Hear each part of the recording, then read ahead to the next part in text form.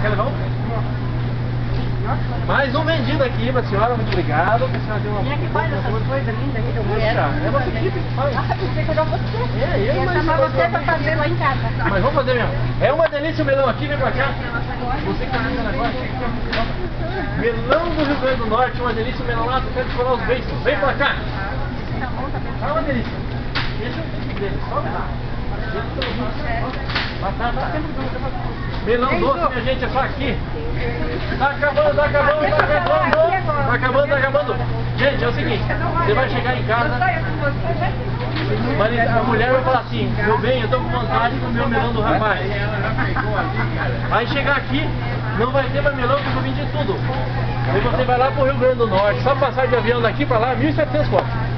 Daí a mulher tá com vontade, você tem que comer. Já pegou ali, ó. Ah, então tá tranquilo. É isso aí. Melão barato é aqui, tá uma delícia. Do Rio Grande do Norte. Calma assim, dá uma melada, calma aí. É bom pra todo mundo, gente. Vem pra cá. É isso aí, gente. Vem pra cá, coisa boa.